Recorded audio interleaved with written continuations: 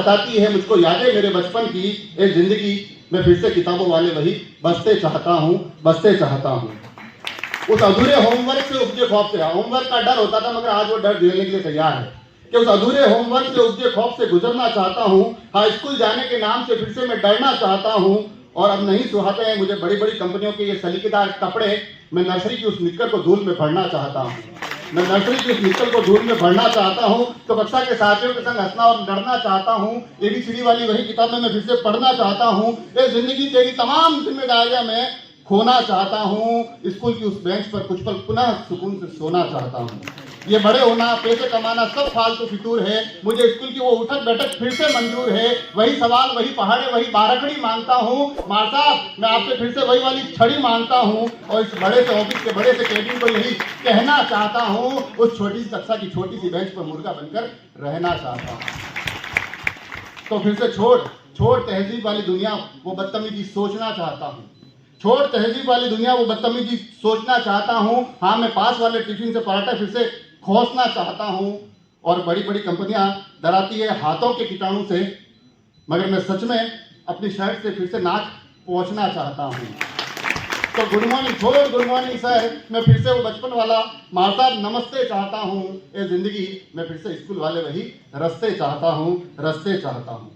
वो होली बड़ी हंगामेदार, वो होली बड़ी हंगामेदार, वो ईद भी अनूठी होती थी। बिना किसी धर्म में बटे छुट्टी, सिर्फ छुट्टी होती थी। वो होली बड़ी हंगामेदार, वो ईद भी अनूठी होती थी। बिना किसी धर्म में बटे छुट्टी, सिर्फ छुट्टी होती थी। और अब तो छुरी कांटों के साथ बदल गए हैं खाने के सलीके। बचपन में बड़े चाव से खाते थे वो रोटी जो दोस्त की झूठी होती थी। तो सच में अजीब अजीब से चित्र फिर से उतारना चाहता हूँ। किताबों को खूबसूरत गत्तों से संवारना चाहता हूँ। और बड़ा थका रही है जिंदगी को जीतने की दौड़। ये बचपन अब तेरे सामने इस उम्र को हारना चाहता हूँ, हारना चाहता हूँ। तो मैच को जिताने का, क्रिकेट खेलते हैं उनको अधिकतर को पता होगा कि मैच को जिताने का खुद पर फिर से वही बोझ चाहता हूँ। तेज गर्मी में पसीने से भीगी हुई वो शर्ट में अब रोज चाहता हूँ। और बड़ा ऑफिस बोर करता है यार रोज ऑफिस जाना। ये बचपन मैं फिर से एक बार तेरी उन गलियारों वाली मौज चाहता हूँ। तो फिर से अपने बचपन में जाना चाहता हूँ। उस कुर्सी पर रखी तख्ती पर बैठ बाल कटवाना चाहता हूँ। और न जाने क्यों नहीं सुहाती अब मुझे मेरी फर्राटेदार बातें। जिंदगी मैं सच में एक बार तुतलाना चाहता हूँ, मैं सच में एक बार तुतलाना चाहता हूँ। तो पास वाली कक्षा के वो अपने सारे यार खोजता हूँ। उस छोटे से बस्ते में बसा पूरा संसार खोजता हूँ। और सोम से ही शुरू होता था इंतजार शनि की शाम का, क्योंकि अगले दिन आने वाला मैं इतवार खोजता हूँ। तो फिर से मुझे स्कूल वाले वही रास्ते चाहिए। ए जिंदगी मुझे पूरी दुनिया जिसमें समाई वही मेरी क्लास वाले बसते चाहिए, बसते चाहिए। धन्यवाद। शहरों में आवा तो भणारी ने भी आप एक सूत्र में अटे जोड़वारो जो यो बड़ो पहल की थी है आणि ये बहुत बहुत आपने धन्यवाद है। मैं भी कभी कभार कविता लिखूं विसर माणा आणि मैंने कहिए कि हेमेंद्र जी ने मु दो जना पत्रकार ने कविता दो लाल लिखा। वे कहिए मोटा पत्रकार भी मोटा है और कवि भी मोटा है। मैं अक्सर कवि सम्मेलन में पण वणारो यूं हम लोग लार चालतो मु भी घणी हाथरी दुनिया दौड़े जगह जगह चोराया है। जीवन रा अणजाणिया गेला घणी भूल भूलैया है। चार मनकरी केण मान दे पाव घड़ी तू रुक मतवे डापा चूक रे भाया मतवे डापा चूक। घणी हाथरी दुनिया दौड़े जगह जगह चोराया है। जीवन रा अणजाणिया गेला घणी भूल भूलैया है। चार मनकरी केण मान ले पाव घड़ी तू रुक मतवे डापा चूक रे भाया मतवे डापा चूक। भणतो जद दिन रात ने भूल्यो अवसर थू वणवाने ढूल्यो। एक नंबर सु किस्मत फूटो तुरंत जा फांसी पे झूल्यो। काम कोई छोटो नी मोटो हर कणी काम में ढूक मतवे डापा चूक रे भाया मतवे डापा चूक। पद मिलता ही रिश्वत लूटी नेता वड़वाता कर झूठी। याद आया जब कर्म आवरा एन वगत सांसा जब छूटी। माया री मत राग हैंगड़ी मन का हामी झूक मतवे डापा चूक रे भाया मतवे डापा चूक। ताकत देख खुद मोटो माने और मनक ने मनक नहीं जाने। धनरी मोट पणाई वाता कतरी लांबी लांबी ताणे। मोको है कर मनक भलाई पाछे मलेगा दुख मतवे डापा चूक रे भाया मतवे डापा चूक। जीवन री जो गाड़ी हाके वो मन का में फर्क नहीं राखे। राजा रंग सब एक भांत है जैसा कर्म वैसा फल चाके।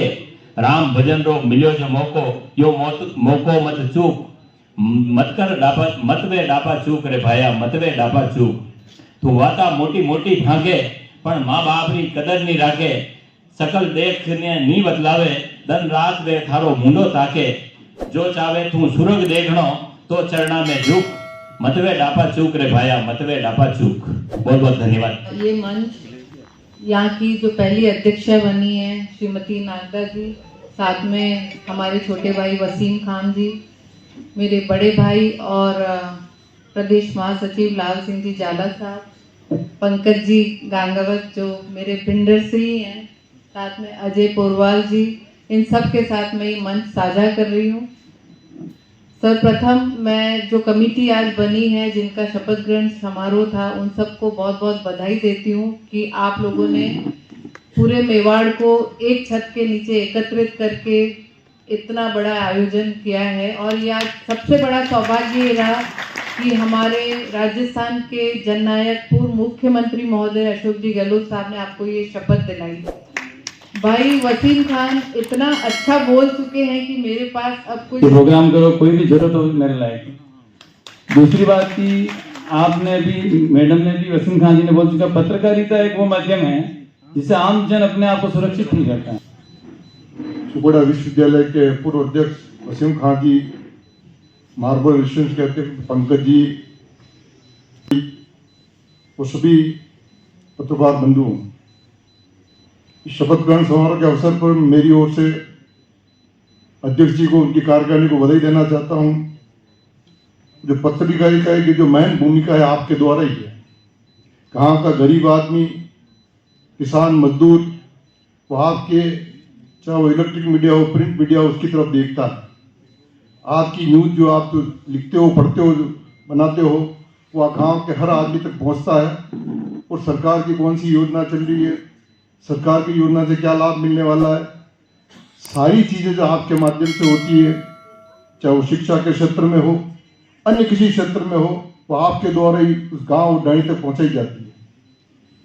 गांव का जो पिछड़ा आदमी बैठा हुआ है, अगर सरकार उसे 1 लाख मकान के दे रही है और जब वहाँ उसको पैसा मिलता है, आज कोई निर्माण कार्य हो रहे हो, चाहे वो सड़क का निर्माण कार्य हो, अन्य कोई काम काज हो, भी 7 बच्चे चले गए। यहाँ की कलम की ताकत है। पूरे राजस्थान के अंदर जो भवन जर्जर हैं, सरकार उन भवन को तोड़ रही है। पहले कभी किसी ने सोचा नहीं इतनी बड़ी घटना हो गई कि आपकी ताकत ने पूरे राजस्थान के अंदर जितने भी जो स्कूल हैं, गाँव डाणी में इंटरव्यू चलो, कोटला की तरफ चले जाओ, कोई देखने वाला नहीं है, सारे स्कूल सरकार तोड़ रही है। ये क्यों तोड़ रही है कि बच्चे पढ़ने वाला गरीब किसान मजदूर का बच्चा है, बड़े आदमी का बच्चा स्कूल नहीं पढ़ता है। जो बिल्डिंग टूटेगी तो बच्चे, उसके परिवार के लोग नीचे आएंगे। उसका कारण भी है कि जो हमारे जनप्रतिनिधि हैं, चाहे वो सरपंच साहब, 30-70 हजार रुपये उसकी जेब में 30,000 की चोरी हो रही है, तो वो निर्माण कार्य आपके सही नहीं होंगे, वो घटिया निर्माण कार्य होंगे। पर आपकी कलम बोलती है कि नहीं, इस पंचायत समिति के अंदर 30% हिस्सेदारी भ्रष्टाचार में जारी है, तो रुकेगा। यह ताकत आपके पास है। पूरे हिंदुस्तान की सरकार बदलना लाना आपकी कलम की ताकत है, यह आपकी ताकत है। इसको हम पत्रकारिता को इतनी गहनता से हम देखना चाहिए। जो आपकी वास्तव में भी अख्तर भाई ने कहा था, सारी बातें सही है। संकट भी है, छापा तो गलत भी है, लोग हमला भी करते हैं कि मेरे खिलाफ क्यों लिखा तुमने। सत्य लिखो तो खतरा, नहीं लिखो तो गांव वालों को नुकसान, सरकार को नुकसान। ये आपके सामने चीजें खड़ी है। अख्तर भाई ने जो बातें कही वो पूरी बातें सत्यता है कि वास्तव में आपके सामने संकट होता है। उस संकट के लड़ने के लिए आपके पास कोई पुलिस फोर्स नहीं होती। जाते हो, तालाब टूटा है, नहर टूटी है, सड़क टूटी है, आप जाकर इंटरव्यू में जाकर देख के आते हो। आपके सामने कोई घटना हो जाए, कौन जिम्मेदार है? ये आपकी ताकत है, आपकी कलम है। आप स्वयं जाकर लिखते हो, जब जाकर सरकार की नींद उड़ती है, अन्य जो भी एजेंसी है उसको पता पड़ता है भ्रष्टाचार हो रहा है, बेईमानी हो रही है। यह आपकी कलम की ताकत है। अभी हमारे राजस्थान के मुख्यमंत्री अशोक जी गहलोत साहब बता रहे थे, मन्नू राव साहब ने कहा उनको लेकर आना है, प्रीति मैडम और हमने कहा आपको बदलना है। गहलोत साहब वहां तक तो कहा कि मैं चल रहा हूँ, जैसे ही मैं गाड़ी में बैठा कि नहीं मुझे निकलना है। मैं तो सर नहीं, पूरे संभाग के पत्रकार आए हुए हैं, आप बदलोगे, उनका हौसला अफजाई करोगे, यह आपकी ताकत है। और राजस्थान में, राजस्थान के लिए मुख्यमंत्री अशोक जी गहलोत साहब के लिए कहते हैं कि गहलोत साहब सर्वमान्य नेता है, वो नेता जन जन के नेता हैं। एक छोटे से आपके निमंत्रण पर उन्हें निमंत्रण ठुकराया नहीं, उन्होंने कहा नहीं मैं चलूंगा। मैंने कहा नहीं सर 2 मिनट आप भले शपथ ग्रहण करा के वापस पधार जाना, कोई आपत्ति नहीं है। उन्होंने कहा मैं लेट हो रहा हूं। मैंने कहा नहीं पधारना। तो ये हमारे नेता अशोक जी गहलोत सर्वमान्य नेता है, जननायक हैं। ये जननायक जो भी आपने कहा था वास्तव में जननायक है, ये जननायक होता है। आपकी भावना का सम्मान किया, आपकी इज्जत की। आप दूर से आए हैं, अशोक जी गहलोत साहब ने कहा कि नहीं, पत्रकार का सम्मान मेरा धर्म बनता है, मैं पत्रकारी का सम्मान करूं और पत्रकारिता का धर्म बने कि सारी चीजें अच्छी तरह से लिखे, जो भ्रष्टाचार बेईमानी हो रही है उसे रोकने का प्रयास करें। आपने मुझे आमंत्रित किया, मैं मेरी ओर से आभार करता हूं। धन्यवाद। जय देहात कांग्रेस के पूर्व जिलाध्यक्ष लाल सिंह झाला साहब, खंगावत साहब, वसीम खान सर, अजय पोरवाल सर, इस मेवाड़ प्रेस क्लब के जिनकी ये पूरी परिकल्पना है, हमारे जो मार्गदर्शक हैं, संरक्षक हैं और यहाँ मौजूद साथियों, आज मेवाड़ प्रेस क्लब के आगाज में इस बात को तो सिद्ध कर दिया गया कि ये मंच, ये संगठन हर उस आम पत्रकार का है जो अपने अधिकारों के लिए, अपनी सुरक्षा के लिए हमेशा चिंतित रहता है। कलम तो उसकी बेबाक होती है, लेकिन दिल के कोने में एक आशंका है कि मेरे साथ कौन है। तो मैं आज आपके सामने खड़ी हूं एक अध्यक्ष के रूप में, और यही बात, इस बात का सबूत है मेवाड़ प्रेस क्लब संभाग के हर आम खास पत्रकार के साथ है, कोई भेदभाव नहीं। साथियों, कई जगह हमने देखा है कि एक महिला होने की वजह से तरजीह नहीं दी जाती, कहीं ना कहीं ये चीज आ ही जाती है। ये एक कड़वा सच है जिसे हमें मानना भी होगा। लेकिन आज मेवाड़ प्रेस क्लब ने, आपने एक महिला को अध्यक्ष बनाकर साबित कर दिया, मेवाड़ के आम पत्रकार की ये आवाज है, आम पत्रकार की ढाल है मेवाड़ प्रेस क्लब। आगे मंच, ये सभा और ये पलच केवल मेरा नहीं है, यह पूरा पत्रकार समाज का है, हम सबका है, आप सबका है। हम सब जानते हैं कि पत्रकार कोई नौकरी नहीं करता, पत्रकार एक जिम्मेदारी निभाता है, और ये जिम्मेदारी उसने खुद उठाई होती है, किसी ने दी नहीं होती उसको। उसे पहले से पता होता है कि इस पेशे में, या जुनून कह लीजिए, पेशा बहुत बड़ी बात हो जाती है, जुनून होता है ये, पैसे की कोई नहीं सोचता। यहाँ पर सिर्फ वो लोग हैं जिनका पैशन है पत्रकारिता, जो चाहते हैं कि दबे कुछ लोग, वंचितों की समस्याएं, उनके प्रॉब्लम्स आगे किस तरीके से बेहतर ढंग से हम पहुंचा सके, और अगर हम उसका समाधान करवा पाते हैं, कुछ अच्छा हम करवा पाते हैं, तब जाकर हमारे दिल को सुकून आता है। हम सच की मशाल उठाते हैं, अंधेरे को चीरते हैं और सत्ता से सवाल पूछते हैं। लेकिन दुख की बात क्या है बताए दोस्तों, जब पत्रकार कलम उठाता है तो कई बार उस पर मुसीबतें आती है, उसकी जान पर तक भी बन के आती है। कोरोना का वो दौर हम सबको याद है, हमने नहीं सोचा अपने बारे में, हम उस मुश्किल वक्त में भी लगातार काम कर रहे थे बिना अपना कुछ सोचे। जब सड़कों पर खालीपन नजर आता था, वहां पर या तो मेडिकल स्टाफ नजर आता था या पुलिस नजर आती थी, और इसके अलावा अगर कोई नजर आता था तो वो था पत्रकार। जब पत्रकार सच्चाई लिखने जाता है तो उसके परिवार पर भी संकट आता है। आप सब यहाँ बैठे हर एक व्यक्ति इससे भलीभांति परिचित हैं, और हो सकता है कि सभी ने कभी ना कभी ये चीज महसूस भी की है।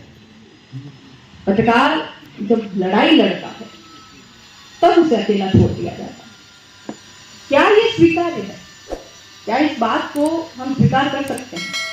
क्या चौथे स्तंभ का कोई भी सिपाही जो चाहे छोटे कस्बे में, गांव में, क्या वो अपने आप को कमजोर समझेगा जब वो सच को उजागर करे, कोई समस्या बताए, या किसी भी, आप चाहे इसे राजनीति में जोड़कर देख लीजिए या रसूख से जोड़कर देख लीजिए, किसी के भी खिलाफ अगर वो कोई बात उजागर करता है तो क्या उसके मन में कोई डर होना चाहिए? गाई बतलावे रे हो गए जूठा खावे, छोरा छोरी रे माते जरूरिया राके थारे काका, देवी देवता बकरा खावा दारू पीवा लगा।